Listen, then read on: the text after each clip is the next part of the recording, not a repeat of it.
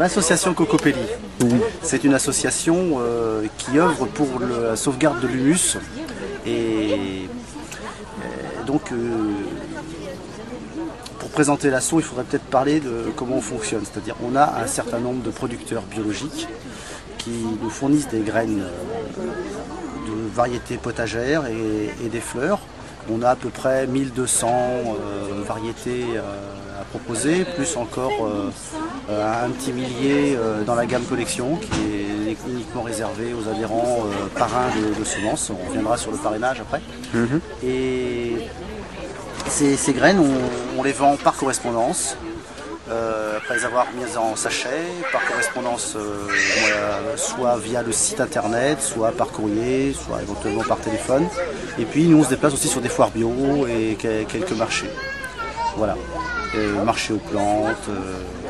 Voilà.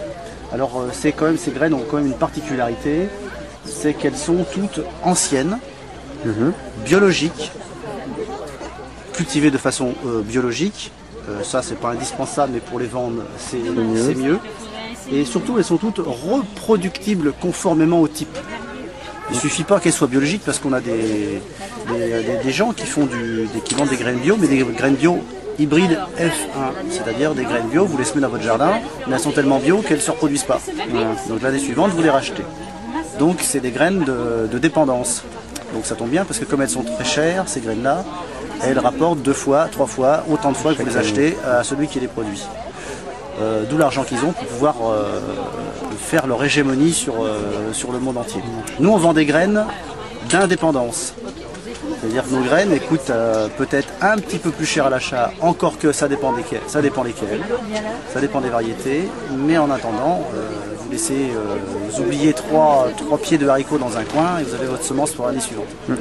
Et ainsi de suite. Si on sait préserver la pureté variétale, on peut comme ça même créer ces variétés, on peut avoir ces semences gratuitement d'une année à l'autre. Et donc c'est vachement important pour l'indépendance alimentaire des peuples, parce que c'est quand même ce dont on nous prive le plus, quoi. La semence, c'est le début de la chaîne alimentaire finalement.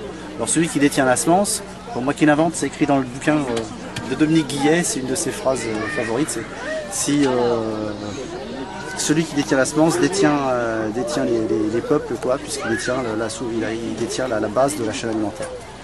Donc évidemment on voit où ça nous mène avec les hybrides. Maintenant avec les OGM on passe encore une étape supplémentaire. Est-ce que tu peux expliquer brièvement? Je disais qu'il fallait se méfier des gens chez nous aussi, parce qu'il y a des gens comme des entreprises comme Limagrin par exemple, qui sont de toutes petites entreprises à l'origine, mais qui rachètent tous les petits semenciers qui sont français ou peut-être même quelques-uns en Europe, et qui sont pro-hybride, pro-OGM à fond. D'accord, voilà. Limagrin, c'est une entreprise, c'est pas Monsanto, c'est pas Bayer, c'est pas Adventis, c'est pas mieux.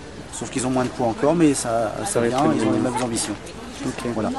Bon alors sauvegarde de l'humus, oui, parce que la semence sans la terre, ça sert à rien. Donc il faut cultiver. Voilà.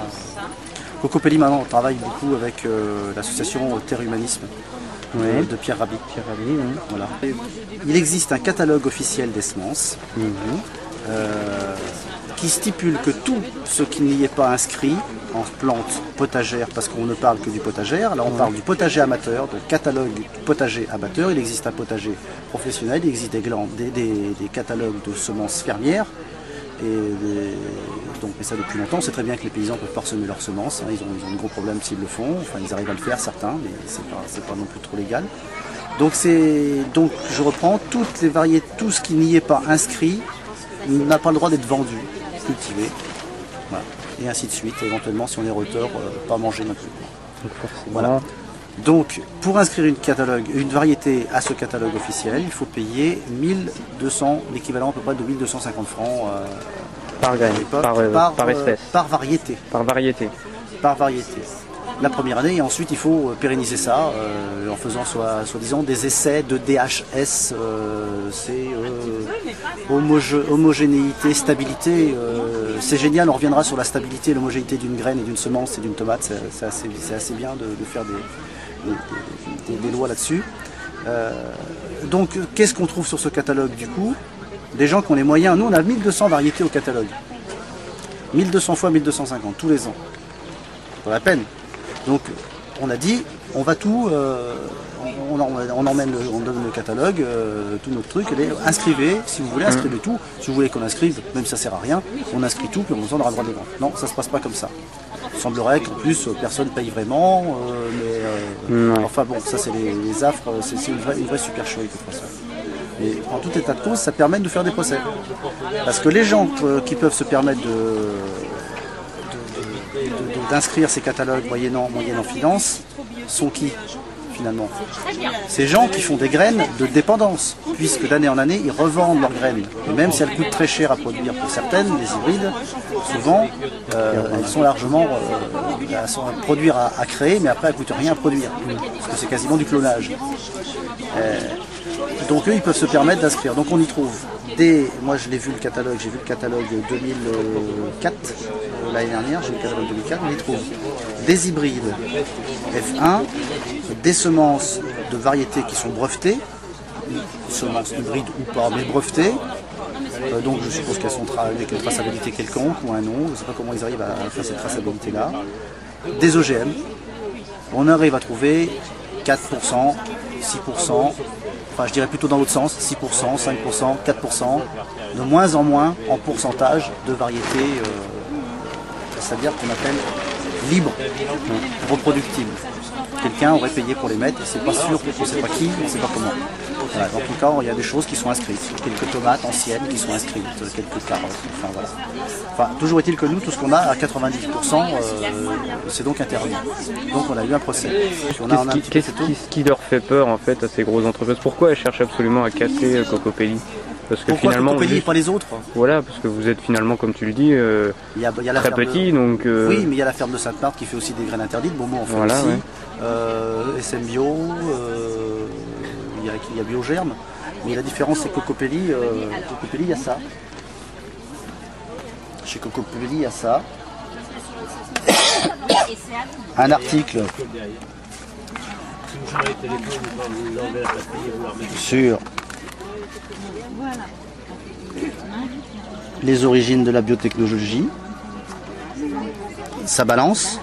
Il y a des articles sur un petit peu la perte de biodiversité dans le monde, l'érosion génétique.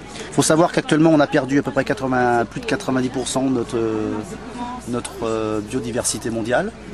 Alors on essaye de préserver ce qui reste. On n'a qu'une petite partie de ce qu'il faut préserver, hein, faut pas croire. 1200, oui. C'est vrai que c'est ce qu'ils nous disent pas, c'est que la chimie, ça ne marche pas. C'est la surenchère totale. D'année en année, il faut augmenter. D'ailleurs, si on prend le catalogue dont on parlait tout à l'heure, on voit tous les 3 ans, les variétés elles changent.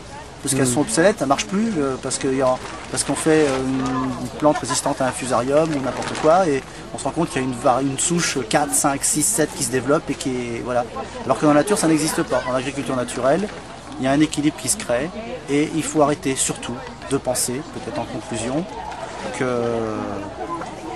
l'homme a inventé la culture, que l'homme a inventé les plantes, que l'homme a inventé la reproduction, et que s'il regardait un peu plus la nature, je pense que ça se passerait beaucoup mieux. Plus ça va, plus on s'éloigne de la nature. Il faut retrouver des modes de culture qui se rapprochent, avec des variétés saines, qui nous apportent beaucoup plus d'éléments nutritifs. Dans quel cas, je pense qu'on vivrait plus vieux, on serait moins malade. Et ça serait quand même intéressant pour tout le monde. Et tant pis pour ceux qui gagnaient de l'argent avec toutes ces saloperies.